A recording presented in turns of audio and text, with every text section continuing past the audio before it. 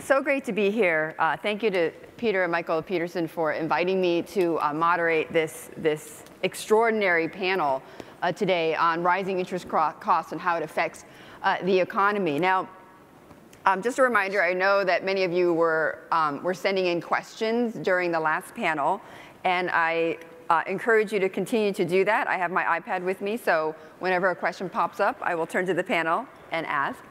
And I wanted to start off, obviously everyone knows, I mean, this is a panel that doesn't need any introduction at all, but let me just run through very quickly who is here with me. Of course, we have Alan Greenspan, the former Fed chair. We have Richard Fisher, who just retired from the Dallas Fed after 10 terrific years there, and Larry Lindsay, who is, of course, the former chief of staff and also former chief economic advisor to Bush, and a longtime veteran here in the political scene in Washington, and also former Fed governor. He and Dr. Greenspan have worked for many years together through some amazing and interesting times in the economy. So I wanted to kick off actually with what was pointed out to me actually by Michael just back there. On page 19 of this booklet that you have, I thought this was just a great chart here that really sort of drives home the point of how important it is to understand and mitigate the interest costs and in terms of our economic future. I know Richard Fisher also gleamed onto this chart. It basically shows you that if we don't take care of our interest costs, okay guys, this is a lesson here, so open up your booklets to page 19, okay? By 2066, that's the point. Your interest costs are going to exceed federal revenue, okay? Now, if by 2048 you add on debt, by 2048 it will actually exceed revenues on that year. So essentially what I'm trying to say is that, look, we need to address this problem. It's a problem that the media hasn't focused on tremendously. It's a problem that these guys are. So I want to ask, maybe I'll start with Larry Lindsay here, because I always start first here, but I'm going to do something a little bit different this time. Larry, tell me, when you see a chart like that, and you see that trajectory, what do you do? How do you mitigate this? Well, right now, we're artificially mitigating it through Fed purchases of bonds. That is not a sustainable proposition. And so one of the things we should all be concerned about is not only are we going to have to pay interest on that debt, but ultimately the Fed is going to have to dump the debt it now has onto the market. So there's going to be a huge amount of supply coming on, which is going to push up interest rates. And we talk about 2060 and 2048 and things like that. Just think about 2025. The next president, if he or she serves 2 terms, will be submitting the 2025 budget. Now, interest costs, healthcare costs, and Social Security will be 4.6% of GDP higher under current law than they are now in that budget, if we do nothing. No increases, nothing more generous. That's the equivalent of a 20% across the board tax increase in all taxes. So the top tax rate would have to go from 40 to 48. The Social Security tax rate would have to go from 15.3 to 18.3. The corporate tax rate would have to go from 35 to 42 just to hold things even with what's automatically going to happen. Those are not the kind of taxes the economy can afford. And so taxes are not the solution. In the end, we're going to have to begin to attack the Social Security and health care cost problem, and that's going to be the ultimate way of holding down the interest cost on the debt. Richard? Well, first a little context. I went back and looked at what our total debt was as a nation the year that Alan Greenspan was born in ancient Greece. And 1926, our total debt was $19.6 billion. I was born in 1949, and the total debt of the U.S. government was $253 billion. Now, if you add up the numbers in terms of what's held by the public and the intergovernmental holdings, we're talking at a number that's pushing $18 trillion. It does not include these unfunded liabilities of Medicare, Medicaid, Social Security, and also does not include, which I believe it should, the ultimate obligation of the so-called agencies, Freddie, Fannie, and Sallie Mae. So we're talking about very big numbers. The real issue is, what does interest do? And that chart shows that we're going to get to a point, at some point, whether those numbers are accurate or not, these are economic models, where interest eats up certainly as much as we spend on healthcare. And if you look at CBO's numbers and you project out forward, not too far, interest and healthcare costs will be well over half of our entire budget. And in Pete's opening letter of the brochure that you have introducing this conference, he points out that interest costs will exceed R&D, education, and very importantly, like Mike Bloomberg lectured us, infrastructure. So we've put ourselves in a horrific position, and getting to the Federal Reserve, and I was part of that group. Alan had exited a few years earlier. We had this huge rise while I was at the Fed in the federal debt from 7.7 trillion to its current level of almost 18 trillion. So that's 2.7 times a compound annual growth rate of 11% just over 10 years. This was not on his watch at the Fed, but since he left. We've been taking money out of the market, and we have been investing long. So the average maturity in the portfolio that we accumulated with these big bond purchases is closer to the 10-year level. Treasury's been issue short-term debt. At some point, you have to pay the piper. And the real issue is, what happens when interest rates go up? The CBO estimates have them just increasing gradually. Well, we've been suppressing the yield curve. Foreign buyers have been helping us suppress the yield curve. And I think this is the ticking time bomb of all. Interest rate costs, and the question is, what do we do about it? So I'm going to let Alan answer what we do about it. Well, I want to get to that rising interest rate and the cost, but okay, Alan. By the way, are you going to let him rib you like that? I love this man, so he lets me get away with it. If he stopped ribbing me, I would send him to the hospital. First of all, there's a certain unrealism about, this type of forecast will never happen. Markets will anticipate well in advance. But we're leaving out a critical issue in that these are relatively fixed interest rates. Once you start down this path, you don't get the 4, 4.5%, 5% rates.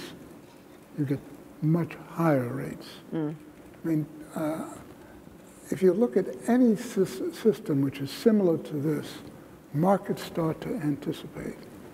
But we're way underestimating our debt as of now, largely because we are not including what I would call contingent liabilities.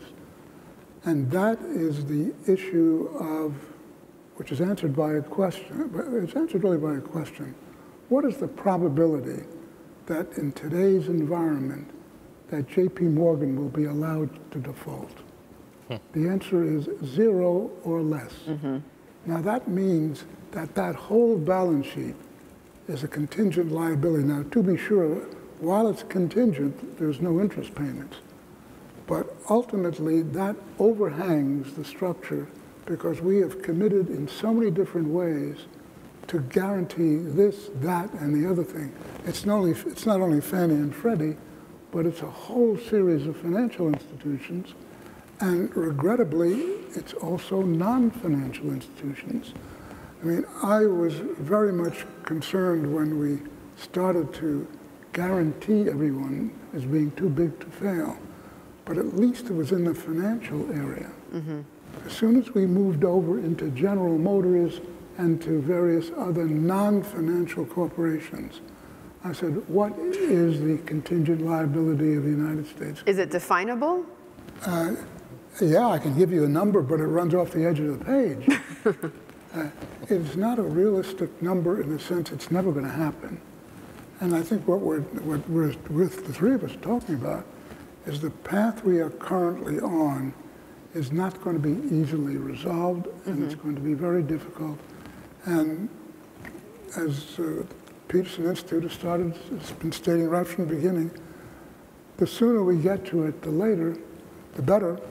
But I see no evidence that we're moving in that direction, largely because the issue of the budget, and very specifically, which I'll get to later, is the issue of entitlements which is truly the third rail of American Which politics. is what Larry's discussing as well. Yeah. And essentially, it's not, I mean, I look at the increase in entitlement programs, and it turns out that you might think that it's largely expanding under the Democratic administrations. No, it expands since 1965 or something like that. The expansion in entitlement programs has been greater on average and in absolute amounts in Republican administrations rather than in Democratic administrations. So in both cases, it's the third rail, you touch it, you lose, and no one wants to address this. Now, I mean, we can do everything else, but we're going to solve this with... I think it's almost comparable to what we saw with Simpson Bowles back in 2010, where it seemed like every lawmaker, in principle, agreed with it, but nobody wanted to vote for it. Richard? But here's the bottom line. So we have been talking about debt held by the public and our fiscal deficits and so on. And the accumulation of that is what we call debt held by the public. You have to take that number and multiply it by a factor that's significant, as the chairman just mentioned, for some of these implicit guarantees and then some explicit guarantees. So we're talking about a huge number. You have to finance that. How do you finance it? You pay interest on what you borrow. And that really is the focus of this discussion here. I believe, and again, I serve with very wonderful people at the Federal Reserve, starting with Alan and through the chairman of Ben Bernanke and now Chair Yellen. But what we've done is we've taken out the urgency for fiscal policy actors to get their job done by suppressing the cost of interest. They're going to have to face the music at some point, and very tough decisions will have to be made. You cannot count on the central bank to continue to underwrite. Well, that music is about to end. It is starting to Right? end, but it's not ending quickly. We're holding the balance sheet where it is by not reinvesting, by reinvesting the proceeds. Yeah, so, and that's why I don't think we appreciate the urgency. Under President Obama, the OASDI, the Social Security Trust Fund, actually ran cash flow negative for 3 years. That means we're starting to run down those balances already.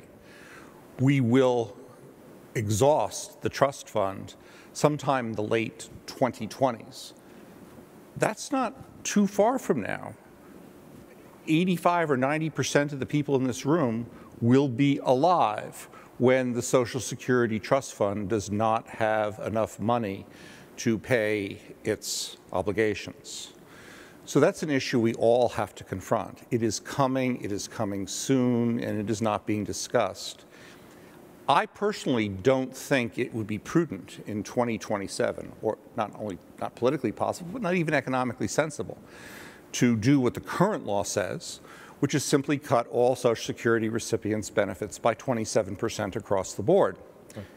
In part because I'll be one of those recipients, but it doesn't make political sense. It really doesn't make. It isn't fair. That's why we have to begin now with a gradual phase down, so you do not face that kind of shock. The fact that we're not going to be having an across-the-board cut means those are as real a source of debt as our bonds. And if you include our unfunded Social Security and Medicare obligations, our debt is actually much closer to 300% of GDP and not to 100% of GDP. That, by the way, is higher than Greece's debt currently. Now, let me go on from there. The notion that we have a trust fund is nonsense. That trust fund has no meaning whatsoever except for the fact, as in all private defined benefit programs, if it runs out of money, you can only pay out the cash flows that come in, as Larry was pointing out. But the probability that that will happen is not particularly high, like let's start with 0 and go down. That means that the trust fund is a meaningless instrument. It has no function, and I think, as Larry pointed out, it's exactly the same thing as current expenses. I mean, it's a discretionary, it's a mandatory outlay, and existence of the trust fund and all the discussion about when it's going to run out is nonsense. There's no possibility that when it runs out that anything's going to happen, except they'll change the law or move some general revenues, which is what they usually do, into the trust fund. It's just, there's a bunch of bookkeeping stuff that goes on which has no meaning. And we're just avoiding the issue of the fact that we have committed ourselves to pensions which we cannot pay under existing future. Yeah. I mean, we're getting, it's not like we're getting like Greece, we're getting like Illinois. Which is worse. But imagine the political turmoil if you get to a point where you have to cut payments to those you've promised payments to, and instead say, we have to pay interest on the debt. Mm-hmm. And then you can just see the right and the left say, well, who owns our debt? Well, the Chinese, the Japanese, et cetera. This is a political train wreck that's about to happen. And we have to somehow urgently come to grips with it, which is what this great summit is all about. But you know what I would say is that, and there's no poll I can point to at this moment, but I think the American public, correct me if I'm wrong, we've seen polls, are becoming aware that they can no longer, in their future generations, aware that they can't rely on Social Security. They can't rely on Medicare and Medicaid as much as the prior generation. So I think there's a growing realization among the American voters that this is happening. But that suppresses economic growth because they'll consume less in order to save more. It changes the dynamics of our society. Yeah, there's a much deeper fundamental problem here. And it starts off with a fascinating set of data, which basically says, with a high degree of statistical probability, that entitlements, or as we call them, government social payments to persons, entitlements actually crowd out, dollar for dollar, gross domestic savings in this economy. Mm-hmm. The data, I've had a lot of statisticians look at the data. No one can find anything wrong with that fact, but they don't believe it. So, I mean, it's difficult to handle that conceptually.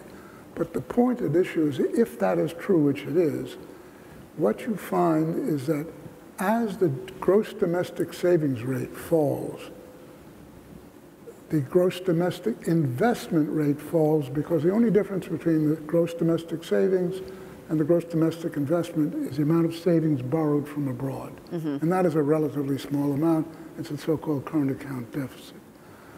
But the problem is that if gross investment is going down, what the data also show is obviously that gross non-residential investment, the stock of gross non-residential investment will slow down, as indeed it is, and that is a direct relationship, to productivity or output per hour. And what we're now seeing is that output per hour over the last 24 months mm-hmm. has been zero change. Yes, it's stagnated. Standards of living can only grow if productivity is growing. And what this essentially implies is that the sluggishness that we're seeing in the economy today, and everyone is wondering, where is it coming from? Mm-hmm. Well, it is very simple. We're not getting any productivity growth, and without productivity growth, you get the type of stagnation, the 1.5% to 2% GDP increases, or, I mean, I don't believe that the minus 1%, which is what's going to be published for the first quarter, is accurate. I think there is a seasonal problem there, but it's a minor issue.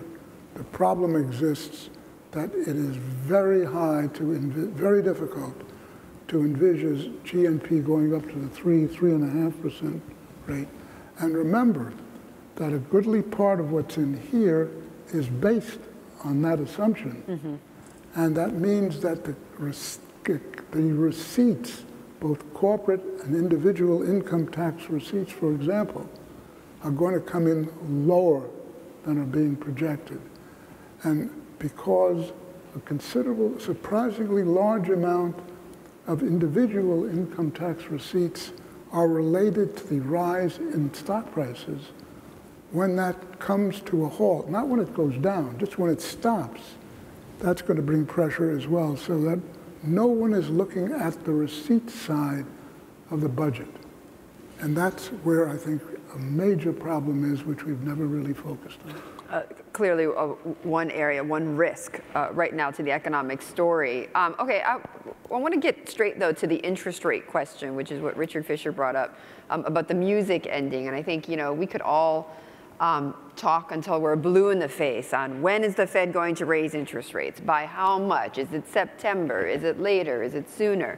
But I'm curious from this panel, the impact of rising interest rates, the impact of us beginning to tighten. So on a scale of 1 to 10, with 1 being zero impact and 10 being devastating impact, what do you think is going to happen when we start to raise interest rates to the economy? Who wants to take that? Well, it depends a little bit on how it happens. Why? Okay, so give me a number first. 1 to 10. Well, the way it's actually going to happen, it's probably going to be a 7 or an 8. If we were smart about it, it could be a 2 or a 3. Okay. And here's the difference. We're delaying a normalization of rates way, way beyond what is prudent. We have a monetary policy that's now in place that was adopted for the crisis conditions of 2008 and 2009 that we have this summer. We're going to be getting the 7th year of this recovery. It's been a lousy recovery, but it's still the 7th year of a recovery. I mean, that is totally inappropriate. The unemployment rate is essentially at what economists call NIRU. You can argue a tenth of a here. No one, when I went to school, you'd be laughed out of the classroom if you said the right interest rate when the unemployment rate was 5.4 was 0. It was just the most preposterous thing you could imagine. Or that the Fed should have quintupled its balance sheet in 5 years. You know, we're at the point of absurdity. Maybe it made sense when you had a crisis. It does not make sense now. At some point, what is going to happen, and this gets to my 8 or 9 cataclysmic number, is that we're going to get a series of bad numbers, a little higher inflation, higher average hourly earnings or whatever, and the market is suddenly going to say, oh my God, they are so far behind the curve that they will never catch up. And the market is going to force an adjustment on the Fed that will be wrenching. That's the cataclysmic outcome. If the Fed were to get a little bit ahead of the curve, or even maybe move a little closer to the curve, that's the best we can hope for, we would mitigate that. We would phase into it gradually.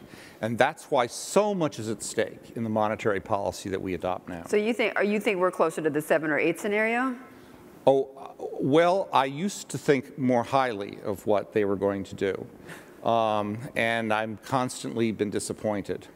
So I certainly think they could mitigate it. If we do very modest things now, I think the Fed will say, oh, they're really serious. When I talk to my clients, the Fed has almost no credibility when it comes to a sense that they will be able to stay on top of this ticking monetary bomb. Now, my clients are all making money. They're enjoying the party while it lasts. Nobody's complaining. That's why things are going up. But they also know that it will end. They don't think the Fed is going to take it seriously. And so if you have an institution that's lost credibility in the market, when the bad number comes in, the market is going to take the Fed and the Treasury curve to task in a very painful way. I may be the only Fed FOMC member who would quote Van Morrison and his great song, Not Feeling It Anymore. I just want to read you a couple lyrics. It says, when I was high at the party, everything looked good. I was seeing through rose-colored glasses, not seeing the woods for the trees. I started out a normal operation, but I ended up in doubt. So Larry looks at me. I voted against QE3. There's a reason for it. First of all, we were well along our way. March 2009, the markets have started to take off. They've tripled, as you mentioned. As Alan pointed out, enormous sense of revenue. Things don't grow to the sky, they don't continue. The real answer to your question is it depends on where it comes from. If it comes from exuberant economic growth, rates will rise. The good news is it's because of a good thing. The bad news is this interest rate overlay that we have that we talked about earlier, rates will go up, the government will be funding more and more in interest payments, and they put themselves in a horrible position. The worst outcome is if rates go up because of one of two things. Either inflationary expectations change because of the policy we've been leading, and we don't get the kind of growth we want, but instead the markets begin to discount inflation, right. Rates rise, or because of what Chairman Greenspan mentioned, which is the markets begin to discount what actually is happening in our country, our low productivity, enormous debt burden by the federal authorities, and then these implicit and explicit guarantees, and rates rise. Even if you look at CBO's numbers, by the way, they're looking at a rate of 4% for interest rates going out forward. But if you parse those numbers, there's one little footnote. If they go back to the rates of the 1980s, God forbid, we're talking about $1 trillion by 2021 in additional interest burden. So it really depends on how the markets respond. But I think there's a limit to market tolerance here. And this is why I was advocating that they begin to stop the reinvestment of the portfolio, begin to shrink it slowly. My guess is they're going to sit on that portfolio to at least 2027 and not sell off these securities, thereby further suppressing rates and not letting the market normalize. Right. Further instead of doing what market. Larry advocated, which is just gradually letting the market adjust. And otherwise, we could have a spike up in interest rates, and that would be the worst outcome. So if it's driven by economic growth, it's good. Driven by worries about inflationary expectations, should they arise, bad. Driven by what Chairman Greenspan mentioned, the worst outcome of all. So here's what Larry Summers says recently about this. And I think he wrote this op-ed, I believe, back in February in the FT. He says, quote, "The Fed could inject much needed confidence in the economy today and minimize future risks by announcing and following a strategy of not raising rates until it sees the whites of inflation's eyes." I disagree with that. Once you see the whites of the eyes of inflation, you're way past in trouble. And over 100 years of the Fed waiting to do that, when they did tighten, you drove us into recession. Those are the facts. You anticipate. Monetary policy has a lag. Anyway, I love Larry, but he's completely wrong. Alan, you want to Alan's say got something? a better perspective. Well, Larry is a very smart guy. Yes, much smarter than I am. Look, the implication here is that the Fed can control the interest rate. It can't. The federal funds rate is already obsolescent. The actual effective rate that the Fed controls is the interest paid on reserve balances. Mm-hmm. Because at the moment, I mean, I'm not all that concerned about QE 1, 2, and 3. Why? Because nothing has happened in the markets as a consequence, except the fact that it has driven real long-term rates down and therefore price-earnings ratios on stocks in all sorts of real estate and jewelry. And I would say, you know, look at what's happening to art prices. This has had a significant effect on asset prices, but it has had very little effect in the conventional way in which you pump reserves into the banking system. The individual Federal Reserve banks relend it into the market, and that engenders a rise in economic activity. With the 25 basis points that they're paying now for those reserve balances, J.P. Morgan sits there and looks at the 25 basis points for a sovereign credit with very little in the way of capital requirements associated with it and say that's a pretty good deal. And so that you look at the lending that's going on out there, it's not very impressive. Yeah.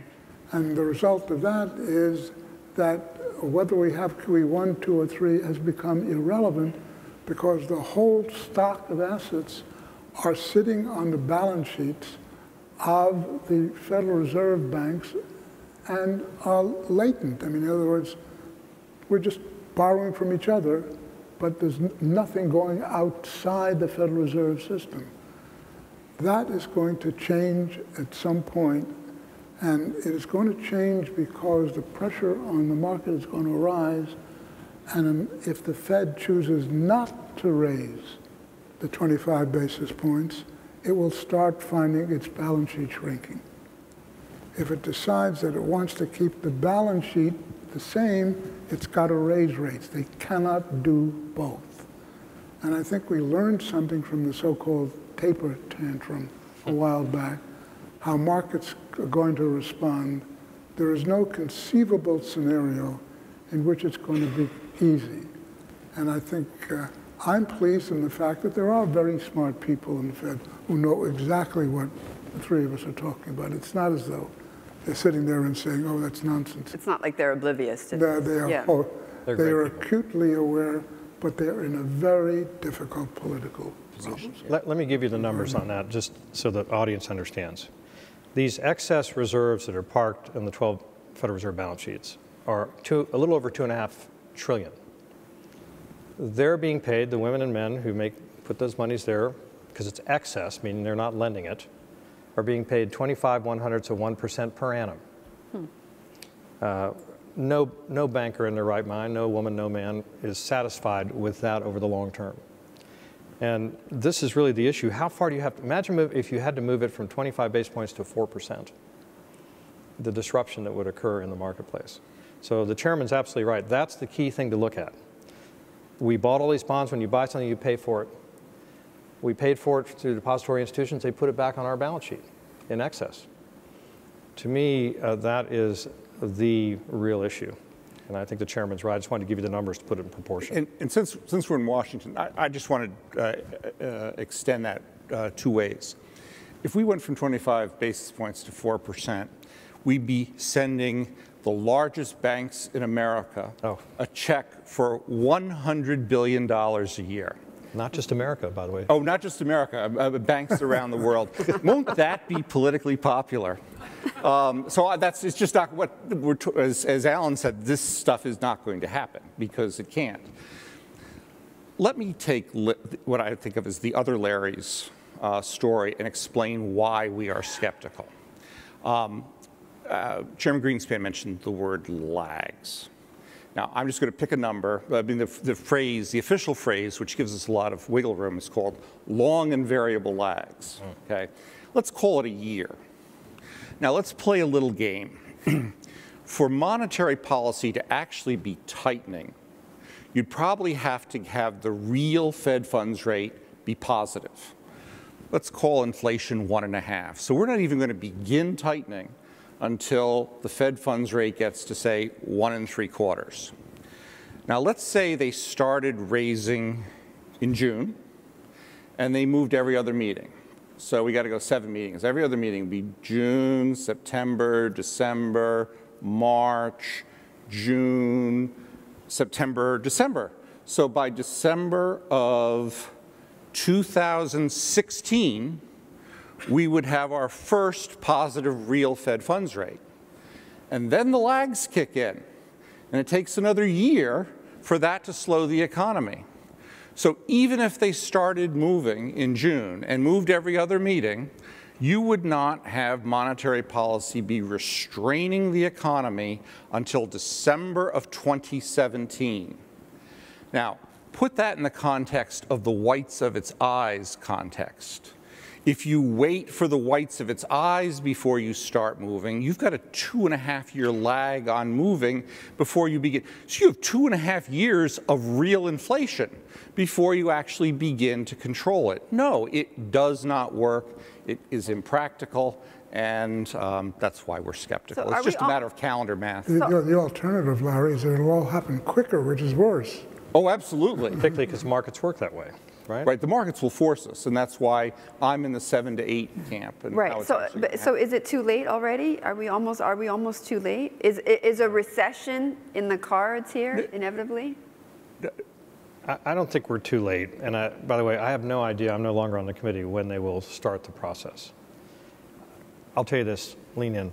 Sometime in the next 100 years, we'll raise interest rates at the Fed.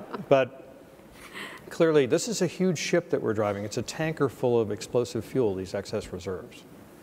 And when you have a tanker, I was in the Navy, filled with aviation gas, the most explosive fuel we have, you start slowing down before your docking point or where you're going to meet with another ship to refuel miles out. And that's the simplest analogy I can give you that illustrates the need to begin the process early. And whether it's June, September, whatever, it should begin at some point because you have this explosive fuel in the tanks of the Federal Reserve banks. Now, Richard, I know there was a great, you're great with one-liners. You've already quoted Van Morrison. You've asked us to lean in, but there was a great line in a recent article where you said something like my dry cleaner knows more about the economy, or can forecast more about the economy than any of the Fed. I didn't say that. What I said was that his record was amazingly accurate. My dry cleaner is better than yours. These micro operators understand what's going on with the economy. They feel the day-to-day pressures. And the only point I make was we have to be careful not to get wrapped up in these macroeconomic models. Obviously, they're critical, and the Fed has the best in the system. Yes. But you have to, this is something Alan taught me, by the way, and asked me to do after he left. Listen carefully to what people are telling you that are operating small, medium, large businesses, public and private. They see things before it's aggregating the data. Data is history. Data is put into models. And the only point was just listen to both very carefully. And so what is your dry cleaner telling you right now? Well, he's telling us that he's gone from a point where he couldn't get money, he can get all the money he wants. He has no idea what his taxes are going to be after fiscal year 2016. A business person will tell you they have no idea what the government's going to spend after this patchwork budget that we put together, and that they're being regulated to death. Well, who is responsible for that? Not the central bank, the fiscal authorities, the Congress of the United States. They decide how much money they take from us, how it's going to be distributed in spending, and the Federal Register size, which keeps growing and growing and growing. So I don't hear complaints from any business operators anymore about the cost of money or the availability of money. Okay. The big guys especially have enormous access. They strengthened their balance sheets. They borrowed net after taxes, after interest rate deductions for negative rates. It's really a question of give me some certainty here. You can't navigate a ship to go back in total fog. You've got to have some clarity, and there's no clarity coming from the fiscal authorities, and that's what they complain about. Let me just add, there's a rest of the world out there, and it ain't doing all that well. That's right. I thought the most discouraging statistic or fact of last week is when the Chinese central bank, or I take it back, the State Council essentially said to the banks, don't foreclose on loans. Right. Now, when you don't foreclose on loans, the savings flow is frozen. Yeah.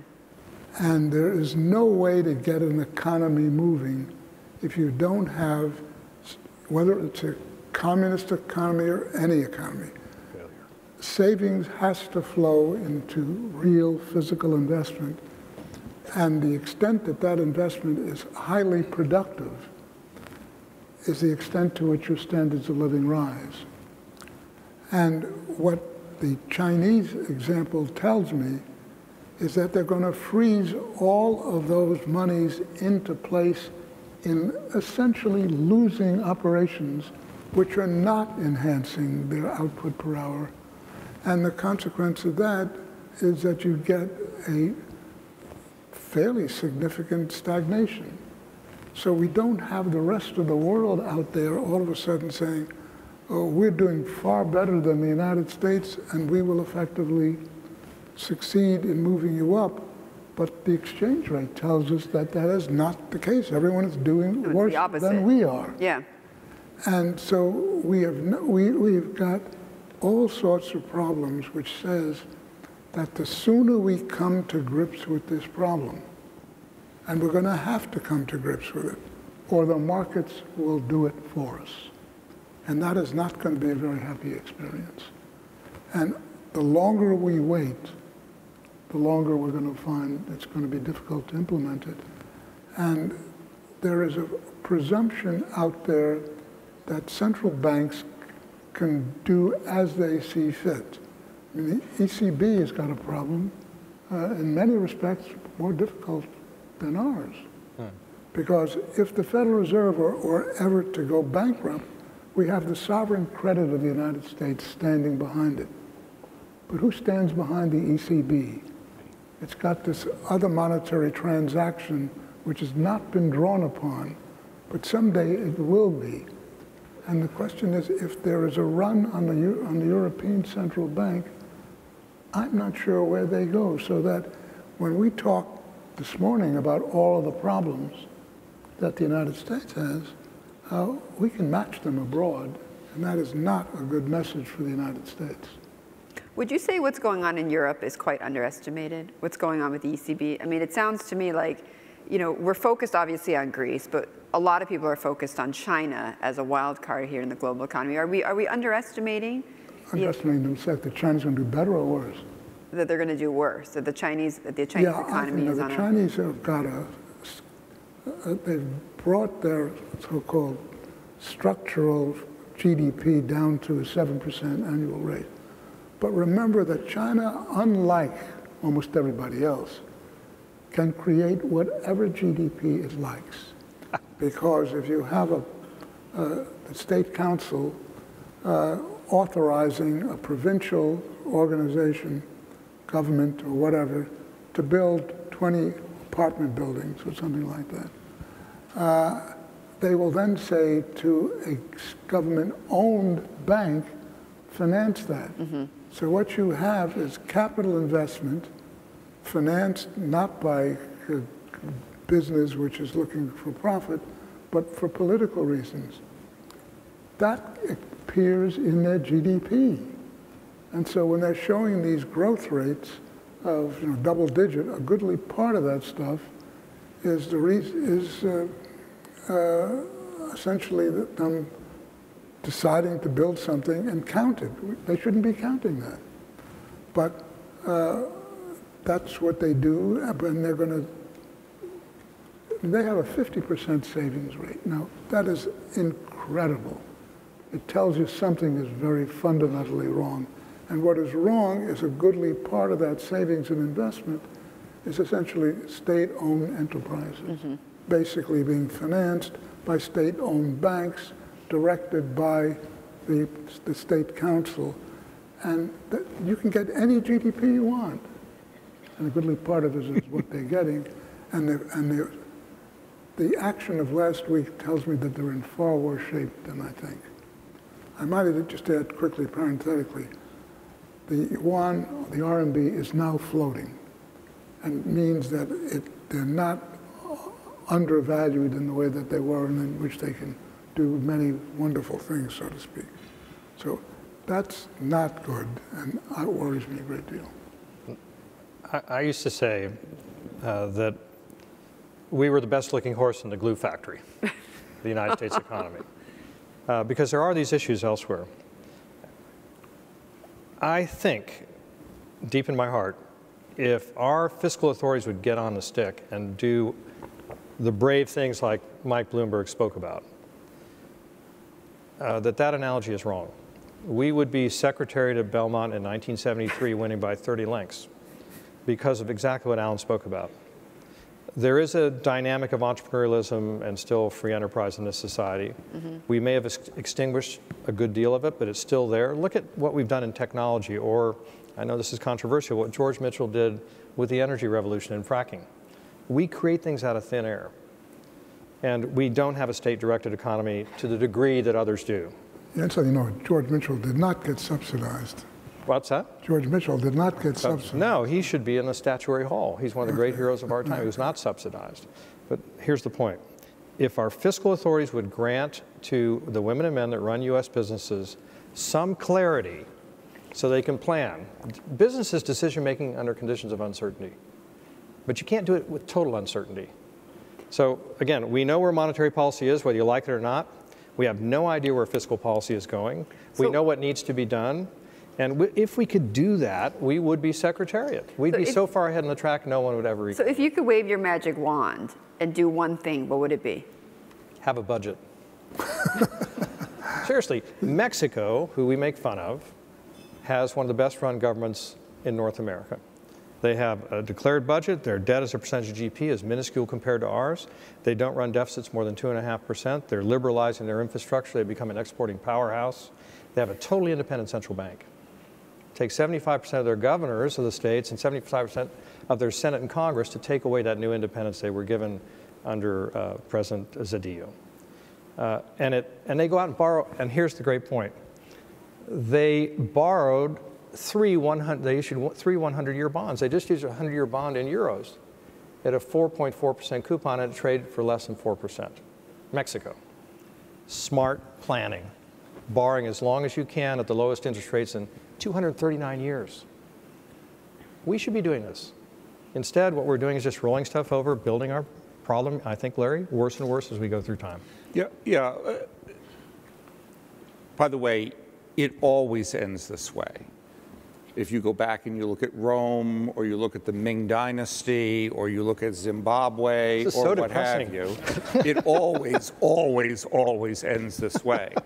And the question is, how can you delay it? But you said it ends this way. No. In other words, the end game we're all talking about here is a very unpleasant one. It means that the financial arrangements that the state has created are no longer sustainable by society, right? And that's how overly indebted societies end, and they move on to a new type of arrangement.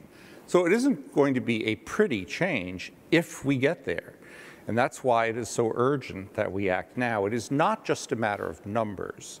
It's a matter, really, of political liberty, because the government will not voluntarily let itself go out of business. It will use all of its powers. I'm not talking about just our government. Any government will use all of its powers in order to fund itself.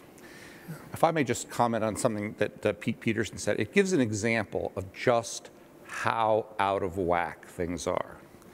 Michael Bloomberg earlier in his speech, he suggested small issue, highway trust fund. Let's raise the gas tax and let's end Davis-Bacon. Now, Davis-Bacon, I've been in this town for 3 decades and I've been engaged in this issue for 3 decades. The evidence is pretty clear that just that one law raises the cost of building roads and bridges by 20%. Now, let's think about that in terms of investment. You're getting a 4% return, let's imagine. That means that that bridge is underwater for 5 years before you even begin to get a return, just because of this one special interest piece of legislation. Our government is riddled with this kind of stuff. So it isn't hard to get the math to work for America to save itself, and that's why I'm optimistic, like my colleagues here, that we could do it. But we've got to get on the wagon and get doing it soon, because time is running out. Larry, is Simpson-Bowles possible to bring back at this stage? Should. Well, see, what's interesting about Simpson-Bowles is basically the tax increase part of Simpson-Bowles has been enacted, and we never got the entitlement reform. So exactly how you're going to get the pro-tax side to sign on to Simpson-Bowles when they've already got their piece of the deal is kind of complicated. We can't complete it in that sense. What, are you going to raise taxes yet again? And that's part of the problem. So it's dead. It's not going to work. It's not going to work. Okay, we have one question from the audience from David to the panel here. He says, in dollar terms, how underinvested is America in job training, innovation, research, and education? How will rising interest costs impact that, and who will end up paying this deficit? I'm sorry, this is a bugaboo of mine. The one thing we do not need is more college grads. Last year, the median weekly earnings of every demographic group by education, except for college grads, went up. For college grads, it went down. They are in oversupply. The problem is that our colleges aren't necessarily providing the skills that are needed. So let's be careful when we say education, job training, et cetera, et cetera, et cetera. The best job training programs in the country, the 2 best, are done by the Army and by McDonald's. And they're basically done for free. And that is the kind of job training we need. We do not need to spend another dime on these subsidies that basically go into the pockets of the people who do the training and don't provide good results.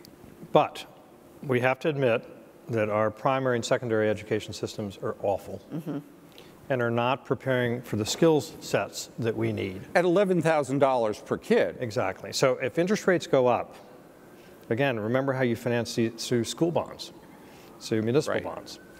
Again, it's going to become even more onerous. I think Mike Bloomberg is very brave. He takes on the teacher unions. As he said, we spend more time with the adults in the system than the students in the system.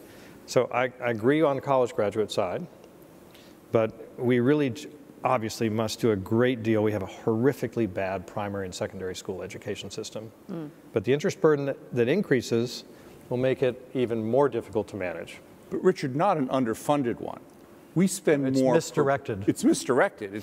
We need structural reform of our public sector. Yep. We do not need to throw more money at an already inefficient public sector. Yeah, and I think you know what we are beginning to see is, remember, the original shock about America's education occurred back in the so-called Timms period. The people who were undereducated at that point are now entering the labor force. Right. And we're beginning to see the first consequences in which you can split the income distribution in this country by age. And if you watch the cohorts, they usually obviously all go up as they get more experienced. What we're finding now is, yes, they are going up, but the ones who were educated 10, 15 years ago are going up at a much slower pace. And that is an indication that the quality of the education is not working its way through into effective operating people. I mean, we're about to see the major loss of a very large part of our most productive people in our workforce. They're all about to retire from being contributors into the tax and social security system to being recipients. And what's coming in behind them is a lower quality of it's not an issue of education. The education is there, but the education's got to penetrate. And something between the amount of money we pour out for education and what comes out the other end has got to be changed. Let me give you a number, a basic level. We're over 20,000 truck drivers short in America. What do you need to be a truck driver? You have to do four-function math. If you drive a Frito-Lay delivery truck, you're running an inventory. So you have to be able to just put in some stuff into the computer, four-function math. Secondly, you have to pass a drug test. Third, you can't have a criminal record that's excessive. We cannot match. There is a truck drivers association. There's an association for everything, as you know. But they estimate we'll be 200,000 truck drivers short in another 10 years. How do you move goods? Basic skills. Driverless trucks, Richard. Oh, that invented by the Japanese that are sold here in the United States. So we have a huge skills mismatch. We have a shortage of auditors. We have a shortage of engineers, et cetera. But it goes down to this level that Alan spoke about. We're not preparing people for basic skills like truck driving. What will happen there? I think the market will equilibrate it. You're going to have to drive up the price of truck drivers. That's an inflationary influence. So again, I do think we have to do a lot with education. Bloomberg has spoken about this. It's a huge passion of his. You know, I only have a few seconds here, so Richard, I'd asked you this question, but I want to ask the other panelists this too, because we are looking for solutions here, right, to our coming fiscal crisis. Larry, if you could wave your magic wand, what would you change? What would you want to make disappear or appear? Okay. Well, I think we need two changes. The first is we need sensible budget law. The 1974 budget law has led us into this trap. It is a lousy way of doing accounting. It scores a new spending program for 1 year, a tax change for 10 years. So think about that.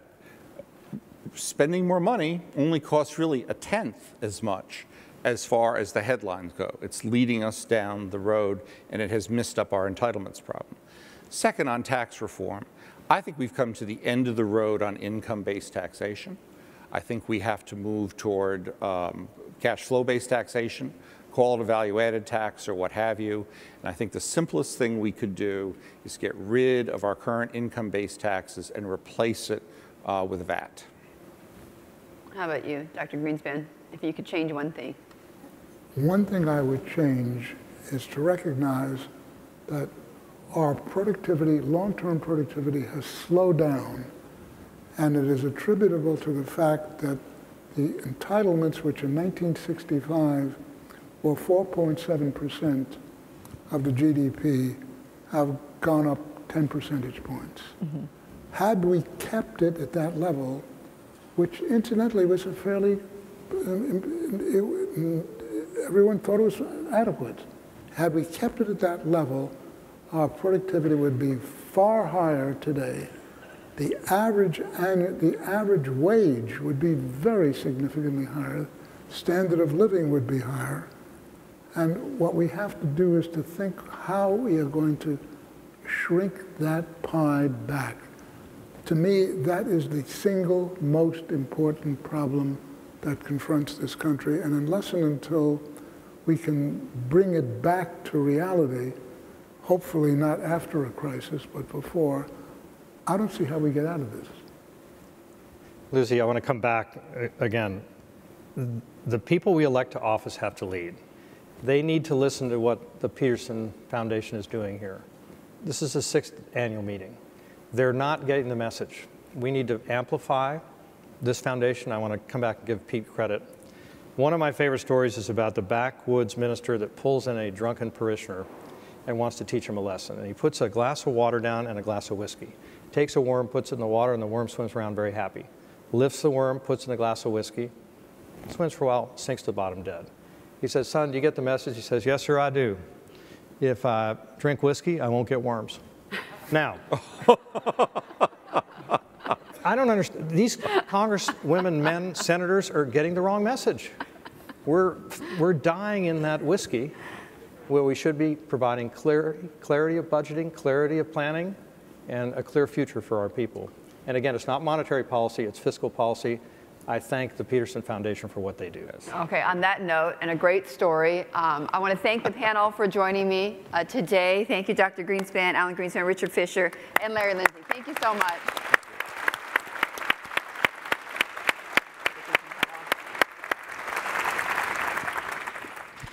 Ladies and